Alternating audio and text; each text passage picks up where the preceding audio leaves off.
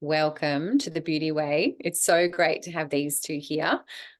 These two are such a beautiful mirror for me of divine union and this path that I've walked. And it was a pleasure for me to attend the divine union wedding of them at the beginning of 2023, and to see how it was almost as though we were, at that event, we were gods and goddesses living our reality on this earth at that event. And it was such a beautiful experience. It was such a beautiful feeling. And these two, to me, just really embody that beautiful divine union within a man and a woman. And so that's why I've invited Greer and Aaron today on the Beauty Way, because they are living it and they're living it together. So welcome. So beautiful to have you both here.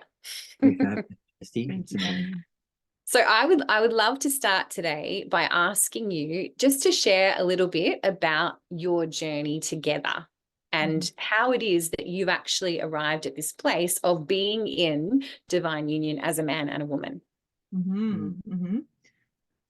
Yeah. I think I can lead. Sure. You have it, yeah? Well, I think I can get the short answer. You can get the long answer. All right. I'll try and get the short answer. Yeah, you can do your best.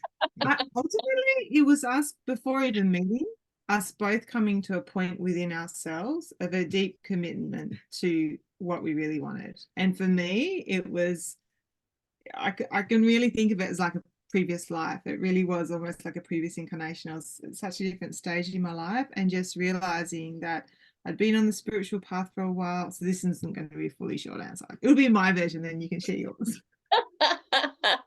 Being on the spiritual path, attending workshops, doing retreats, and this kind of sense of this growing unease that with each retreat, with each workshop, I was going to discover something about myself that was maybe going to have a big fucking impact on my life. So there was this kind of knowing, I guess, in some ways. But at the end of the day, I had multiple things happen, including becoming a mother and having two beautiful, healthy, shining daughters, and then my father being diagnosed with terminal cancer. That really led my path to just like, okay, this is it, right? This is it. And so there came a point in my journey where I got so crystal clear that what I was calling in was intimacy. And that wasn't just intimacy within union and sexual intimacy and emotional and all of that, but it was what I'm seeing now. It's like it was learning to be intimate with all of life and to really see the sacredness in all of life. And ultimately where it's led me is to find someone who has that shared purpose. But it really came from my inner compass, knowing, and then just commitment to that. And then from that moment, it's like interesting, even now, like with each stage of the journey, I go back, oh wow, like I've just literally just seen another layer of it there. And it's like the seas parted. And that doesn't mean that the seas were smooth sailing. Yeah. I was going to say a similar thing in that, like, it was when I really committed to myself that Greer showed up in my life. And there was a phase of my life that I could speak on for hours, but essentially it was like the searching phase. And I traveled a lot, and I was doing a lot of exploration in the outer world, and therefore learning a lot about myself. And it was when that period, it was like essentially 6-7 years, when that chapter closed, and I like committed to being like on service and on mission as a man. Like that's when Greer turned up. And I have to admit, like I've always secretly yearned for a deep relationship and to experience love. And in fact, I had my heart broken as a teenager, and I made like a commitment to myself that I wasn't going to be in a relationship until I'd met the one that I was actually going to really commit to and marry and have babies and la-di-da. And yeah, that was like a 7 or 8 year journey. I was single for 8 years, and yeah, it was like, yeah, once I committed to my path, like I was already committed to my spiritual growth and exploring, but it was like when I stepped into, okay, I'm now ready to serve, that's when Greer showed up. And I also had a belief that if I be my best version of myself, then I cannot help but attract that ideal relationship, that best relationship. potential for me. And I actually had a shift in a healing session where it was like, actually, a relationship is going to allow me and prepare me and help me step into my best version of myself. And that's something I often share with people, because I get asked very often, like, you know, how do I get a relationship like you've got with Greer? And I said, well, as I said, commit to yourself, but also recognize that the relationship is going to help you blossom into your best self. Don't think that you've got to be your best self in order to bring that in, because it can actually be, it can create a lot of self-judgment and a lot of pressure on the self to be at the best all the time. I know that was my experience. And once I had that little shift, like, oh, the relationship's actually going to help me become my best version of myself, it was like literally within weeks that Greer showed up. So would you say it's almost a shift from trying to be your best self to be just being your true self? Yeah. I love that. I love there's a little piece that both of you talked about, and Aaron, you brought in being your best self, and Greer, you talked about, you know, when you're going on that path of spiritual development and you're going to workshops and you're knowing that there's going to be something that I'm going to learn about myself. And one thing that James and I always said along the path, and we started our path, you know, as a path of healing back in 2008, you know, we came together way less conscious than we are now. And our journey has been to learn that path of union together in a much more conscious fashion. And we've always said that doing it together was what actually helped us stay together. And so because every single time that one of us chose to do something that was taking us to a new level within ourselves, it was going to affect our relationship. And so when you brought in best self, Aaron, can you guys share, for those people listening, how does relationship help you, in your words, how does relationship help you be your best self? Okay. Sure. So our relationship, we started as friends, and so the foundation of our relationship was built on like same values, and yeah, and the sexual chemistry and everything actually came like later on in the journey. So having that solid foundation of shared values and common interests and a commitment to that healing journey, like ultimately, like what isn't our best self? It's when we're playing at our conditioning and we're being unconscious in our triggers and all of that. So there's no other container or crucible like an intimate relationship to bring up all that, all those unmet needs, all those childhood traumas. And when it's brought into, you know, a container or relationship that's filled with love, then ultimately that love is what helps transform it. Like there's been aspects of myself and my psyche and my emotions that, you know, I've was judged and shamed, and I'd never really admitted they were even there. But when, you know, I brought them out and expressed them, and for them to be met with love ultimately helped me transform and integrate those parts of myself and ultimately come back to wholeness. So that's certainly been my experience within relationship and having it be a transformative experience. Yeah. And I think beautiful. As Aaron said, when we first met, you know, we were friends. And so what that also meant is that we didn't need to be anything for each other, and we didn't need to fit any particular mold or be anything really for one another. So it meant that from the get-go, we got to be radically truthful because we weren't trying to impress. We were quite sovereign because we have very different lives. It's quite a different age gap. You know, I had children.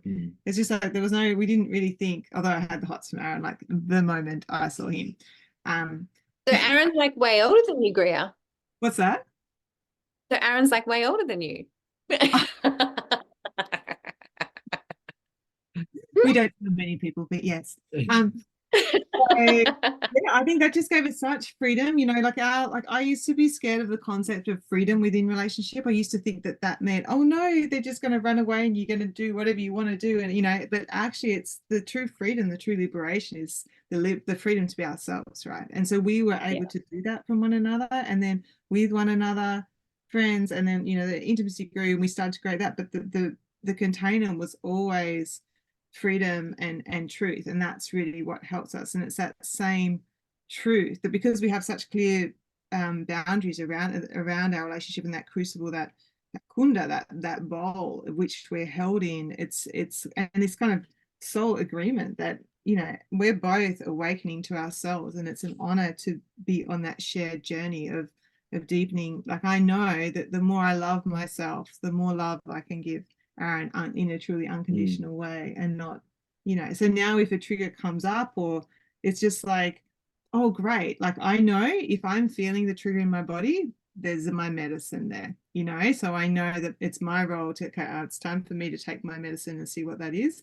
And I know if a trigger comes up and it's not in me, my role is simply to hold space and be compassionate and loving, whilst also being sovereign in not getting caught up in enmesh, so that I can be as supportive to Aaron. So does that answer your question? Yeah, I'll just like extend on that and say, like, our best self is our most authentic self. And that's where a relationship like fosters and creates a space for that to show up. And it's in having the opportunity to be our authentic self that naturally our best self also steps forward. Because within that authenticity is our truth. Yeah, that's, you know, truth is our soul expression, or, you know, that most loving expression. Like, we often say truth and love are synonyms. And so when we're being honest, being truthful, even if it's a bit, you know, ugly at times, you know, that's what is facilitating our best self to also turn up.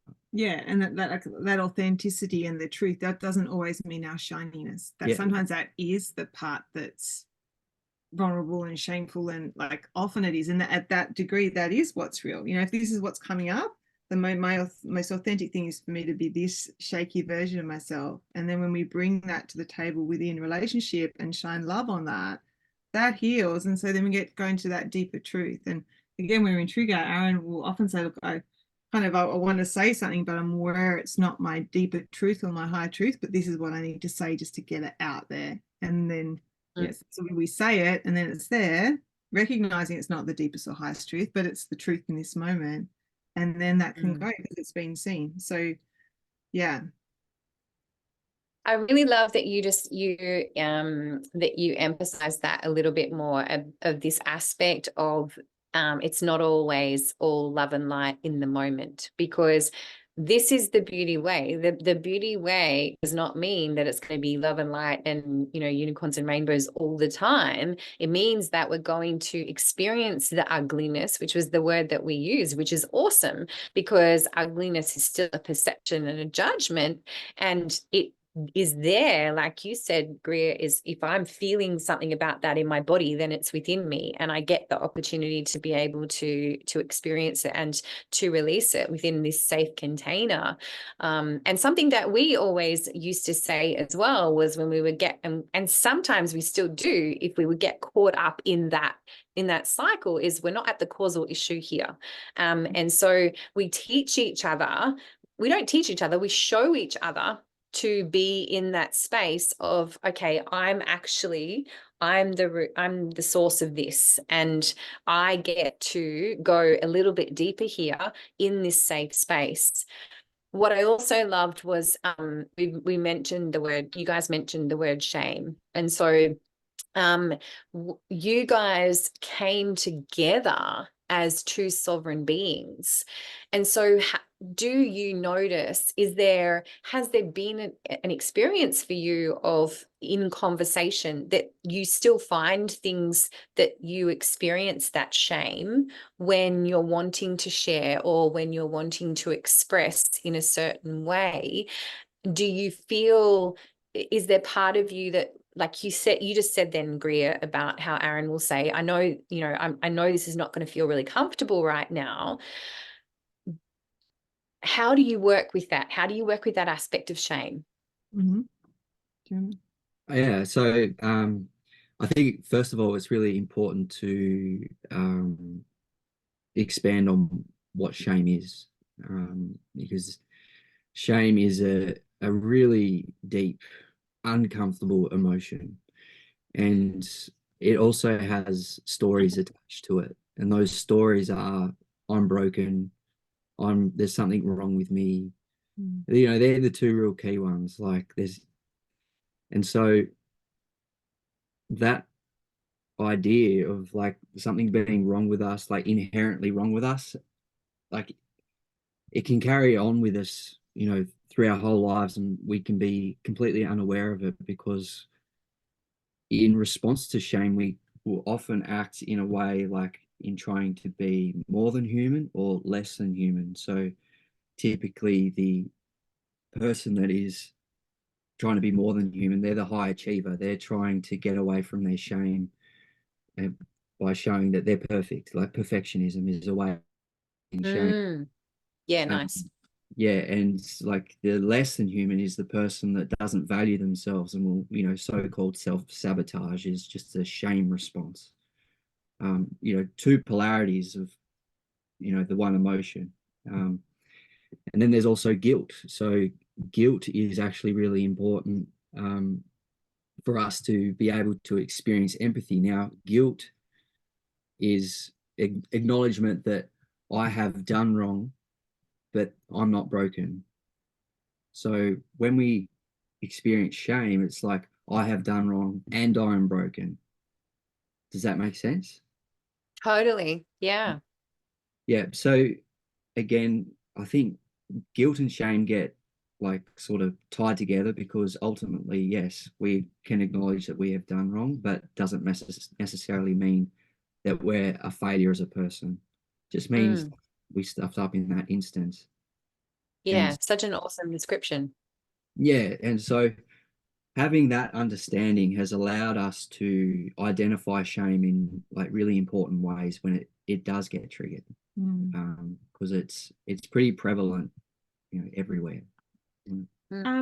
Yeah, I guess I share that I think we're our shame body, both of us, where we've been able to where we've been required to really bring it up, and where it's been the most delicate has been sexually. And we've had very different sexual shame. And this is one of the real beauties of coming together in conscious relationship, because it generally involves sex, right? And that's where a lot of us hold that shame. And so that is such a tender space in which to touch in with that. And it's really important and it's hard, because if something comes up in the moment, it just gets so sticky all of a sudden. And so but you know, again, knowing, you know, one of our kind of part of our gnosis is also to know that any of those triggers, especially like the really big ones that might relate in the bedroom or anything, that there's a big piece here. And we've from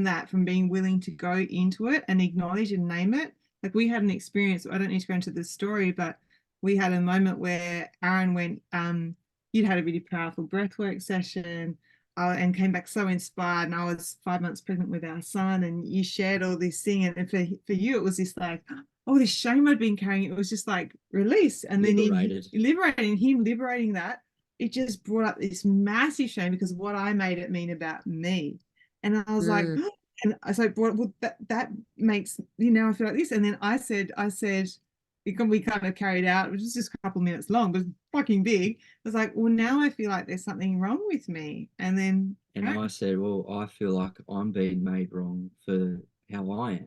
Yeah, well, I remember you saying I feel like there's something wrong with me. Yeah. Because I remember hearing you saying, for me, the experience of whether or not you said it was like verbatim, and it was like, oh wow, we're both feeling the exact same feeling. And so even though it's very different causal effects, it was this like, and so from that it's like, yeah, you know, like, oh, I don't want you to feel it. And I was like, oh, and then we just like, and so it's a very different way to, oh wow, look at that mirroring versus enmeshment of like, oh no, you're not, and then like trying to make one another. It's like, oh wow, we're both feeling broken. And then let's just hold ourselves and one another in that and be with that. And in me, like in Aaron, in those times where you have revealed your deeper shames, and I've been able to witness that. And this is, like in group things as well, where I know for me, I've seen countless women and couples do it, where someone will reveal something, and I've had the experience of revealing this deep shame and then being held in it and not being judged. That is so powerful. And then for me to witness someone else reveal something that they're deeply ashamed of, and for me not to judge that, that's a very powerful exchange, because absolutely, the person in that gets that experience of like, oh wow, if I don't judge, so even if consciously I can see, oh yeah, I can see why you would create shame around that, it doesn't actually mean that, there's nothing wrong with you. And so that's powerful. Yeah, it is so powerful. And I know there'll be people listening that'll have so much to relate to in what you've just shared, because like you said, like this aspect of sex is so delicate and so tender. And so what I want to know is, like, how do you guys weave all this knowledge into how you be and what you're doing in your life? Because you two are now choosing to take this into the world and share yourselves and what you've created in a different way. And I would love you to share a little bit more about that. Yeah, absolutely. So as you can tell, like, we've been on this healing journey for many years now. And one of the things we identified that is most important for couples to be able to have this transformational experience and create that deep intimacy is having a clear communication framework for those delicate conversations, because they can so easily degrade into blame and, stories, or shut down, or victim, or you name it, anything, like our unconscious patterns. Whatever story you want to make up at the time. So we've studied extensively, studied with different teachers and practitioners and different healing modalities, and we've really built a solid framework of being able to, as you said, Kirsty, get to the core of what's going on.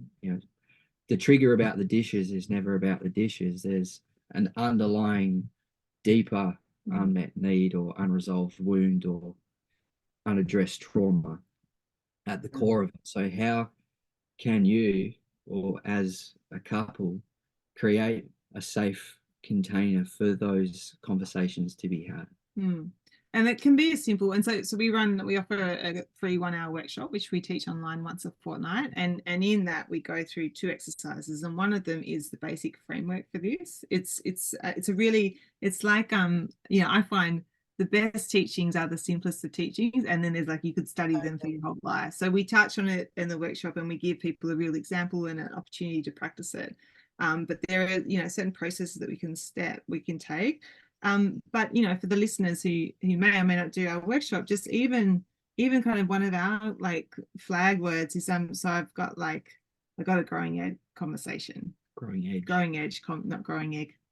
I don't want any more growing eggs. That clarification. I've got a growing edge conversation, and what that means is that there's something that I need to share. And it's kind of growing edges. It's going to, if this is our relationship, it's going to require us to go like this, to be able to hold it. Expand. Yeah. There's going to be vulnerability. Yeah. It's going to bring stuff up. And so, we've done this. And in the past, when Aaron would do it would just bring up my bass, my sacral, my soul, and I'm just like breathing.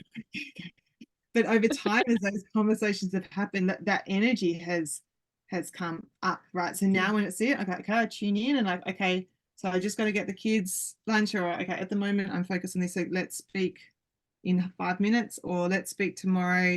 It's all, I always want to have it as soon as we can, but it just like preamps, and it means, and then it almost always starts when we do it by you kind of, we share like, okay, so I'm bringing, just so you know, I'm bringing this up because I love you. My hesitancy is bringing up is that I'm worried it's going to bring up your not enoughness, or it's going to make yourself feel wrong. And I'm bringing it up because I want to release it. So it's like, this is growing edge. I've got something on. I love you. So my intention to share it is to clear it so that we can come into deeper love. And so And it's really powerful, you know, it's really powerful. And so there's lots of little things like that that we do whenever something. Amazing. You know, as you're speaking, Greer, I'm listening to you and I'm actually feeling a sense of tension in my body. And what I'm recognizing is that there will actually be men, women, and potentially men that are listening to this that are not, they don't believe that they have, like, they don't have an effective communication framework in their relationship, and they don't necessarily feel heard by their partner.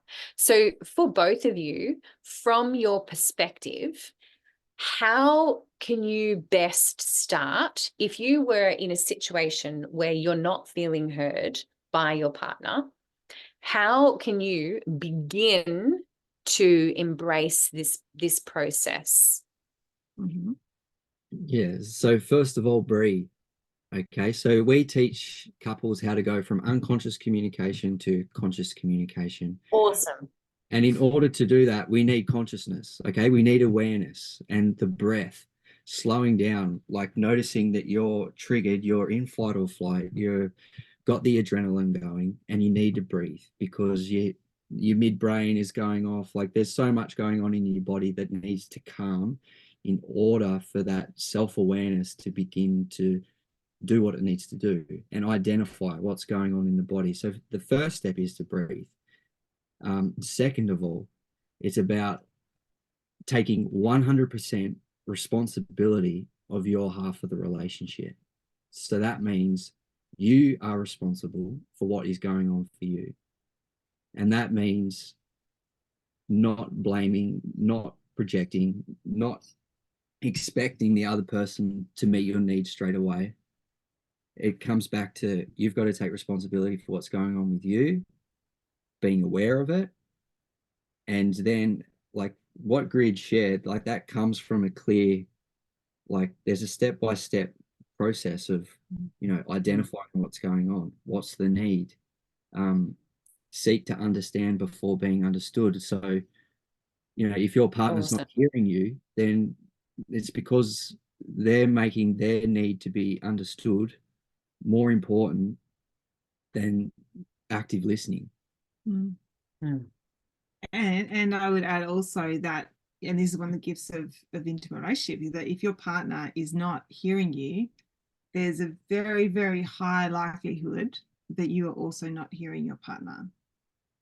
And so just reckon there's always going to be some kind of mirror. If Aaron's doing something and it's kind of annoying but doesn't actually bring it that much up in me, okay, cool, whatever. But if he's doing something and it's really bringing something up in me, then there's some kind of mirroring going on. So it's always a good opportunity to say, okay, well, how am I not listening? Or how am I not doing this thing that I'm kind of blaming or accusing the other of? Exactly. And that's what I meant by the responsibility piece. Yeah, that's great. Yeah. And so Yeah. to me, like the number one is to just get radically honest with yourself, because nice. you can only be as honest with another as much, and get honest. Where am I not taking responsibility? Where am I not actually really hearing my own inner voice and knowing of what I need? Where am I not listening to myself? Because my partner's not listening to me. There's something going on within me, and that can be hard medicine to swallow at times. Yeah. I'm sitting here fully in this conversation and loving it so much, and recognizing how it's bringing the beauty way to a whole new level, because we all of us here right now, we live the beauty way, and we live it in a way that we feel heard by our partner and we move with our partner, and that happens in the world. And as the conversations that I've had previously, it is all about me, but as you've said, relationship takes it to a whole new level. And it doesn't even have to be with an intimate partner, does it? Because relationship is when we're relating with anyone. And Greer, let's go back to when you first started the conversation. You realized that what you want in your life is intimacy, and it's that therefore relationship brings up intimacy. And so this aspect of mirroring, I think in this conversation today, is really, really valuable for those people that are listening today. Do you guys want to say anything else about that aspect of mirroring? Well, absolutely. It's in the word. into me I see, intimacy, into me I see. So recognizing that not just other relationships, but reality is a reflection of your own inner world, your own consciousness. And so whenever there's something that we don't like or that triggers us or troubles us, it's using that as a tool to go in and meet the parts of us that are in denial or are judging or whatever it is, and bringing love and awareness to the situation. Yeah. And um this is kind of a side note, but it's kind of adding on to what something you were asking before, is that, you know, if someone is in a relationship where they feel like, but I'm doing all the work and my partner isn't, you know, have real compassion for that situation. It's challenging. And yet ultimately this person here is still responsible for their part of the work. And the beautiful thing about, if someone is in a relationship and one person's conscious and one person's not conscious, the most loving thing that I believe, so I'll use the most loving thing that let's just say we got to a point where I just felt like I was here and I was here. The most loving thing that I can do for everyone is for me to continue to do the work with love, to come into center. And what's beautiful about that, and this is the difference between enmeshed relationship, is that I'm going to keep going on here with love, trusting that if it's in Aaron's purpose, that's going to either like call him forward and call him forward so that we can continue this together. And I got, you know what, I'm so aware of the power of words. I don't even want to use us as an example, but it's like, or what's going to happen is that actually I'm just going to continue on, and then that other partner will continue on. And either way, this partner is going to get the lessons from someone else, and they'll either go on that journey or not. But this person here is committed, is going on their path. And if they commit to the beauty way, which is the love, to me, it's the love, right? It's the loving way, it's the truthful way. It's sort of coming back to deeper truth, deeper love. That is what's beauty. That is the most loving thing we can do for all. And I think what I've heard from other couples, and often it's the women, so often it's the woman who wants to do the work and the man might be less, you know, into it, that there's this fear, well, what if I keep going and then I lose my partner? And it's like, well, ultimately perhaps that is the highest thing, and perhaps it's not, but it's like the most, it's going to be the highest way whether you're together or not together, as opposed to sacrificing oneself from one's truth, which doesn't help anyone because it keeps the other person off from their truth, and especially when children are involved. And, you know, I really get why couples stay together for kids. I get that. I have compassion. I totally get it. And I don't judge it. I used to judge it, but I don't judge it anymore. And at the same time, it's, you know, I don't know. I know for me, you know, as a mom, it's like if there's something that I want to teach my children, it's that they know and they honor their truth. And I know that I cannot teach them that if I don't do that myself. So that's beautiful. That's it. And you just nailed exactly what I wanted to say, Greer, is that, you know, if I stay in a situation that's not honoring me, then I'm showing my children that it's okay not to honor self. Yeah. And that's a really, really challenging one. And I just want to, I want to say to anyone who's listening that if they are in, you know, any kind of situation like that, to reach, you know, just to reach out to you guys and do one of your online workshops, because I'm sure that they will take something away from everything, the wisdom that you guys are sharing. So I could talk with you guys for ages about this, and maybe we will do another one day down the track. I want to ask you both a question that I'm asking everyone is, if your 18-year-old self is standing in front of you right now, what is the piece of advice that you would give your 18-year-old self?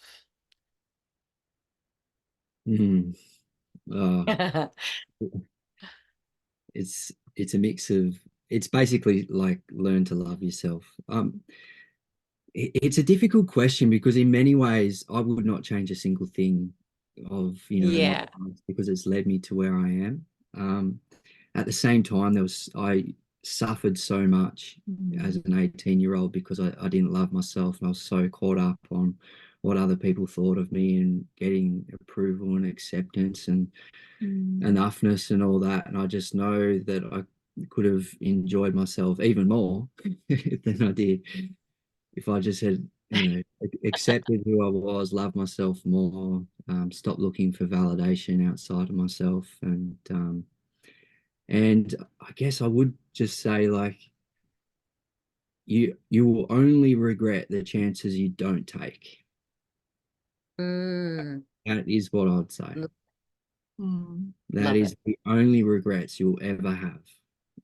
Is you, like, anything that you choose to do and experience and it doesn't go well, you'll come to acceptance. But living with a sense of what if, like that, they're the only regrets that will stick with you.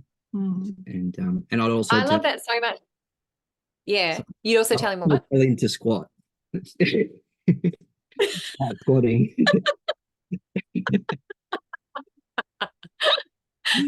What I wanted to say, well, I love that because, like, to me, that's the essence of masculine, is like this absolute freedom of, like, just do it, just go and be free and do it. And the only thing that you're going to regret is not actually stepping out there and doing it. So I love that. Thank you so much for mirroring that element of the masculine. Yeah. I love that, because I was a bit similar in the sense of, well, actually I wouldn't change anything because of who I am, but at the end of it, I'd get, don't do it. Because for me, I made some really big decisions that I knew they were my truth. They just were. And I didn't listen to my heart. And that had a really, and it brings up emotion because it had a big impact. And ultimately I don't regret it, because I know that this is part of what I'm here to teach, of trusting the heart and being like, it's a very brave thing to do, to honor the heart. And yet our heart is it's our inner compass. She knows, and she is the beauty way. And the beautiful thing about following the heart is that, in my experience, she kind of requires me to kind of go deeper and deeper and deeper. And it can, in some ways, the things that I'm asked to do feel bigger and bigger, but she's got my back, she's got my back, and she will only lead me into deeper truth, which is love, which is beauty way. So Beautiful. Thank you both so much. Such beautiful humans. Is there anything else that you want to share about the beauty way before we finish up today? Well, yeah, I was contemplating on the beauty way this morning, knowing that we're going to have this conversation, and I think it ties into my last answer. For me, the beauty way, it starts with self-love and learning to see the beauty within yourself, and everything else flows from there. Yeah. Amazing. That's really a beautiful way to end, isn't it? Thank you. Thank you both for joining me today. It's been an absolute pleasure, and I really appreciate, and I know that people listening will really appreciate this wisdom shared. Thank you. Thank you, Kirsty. Blessings.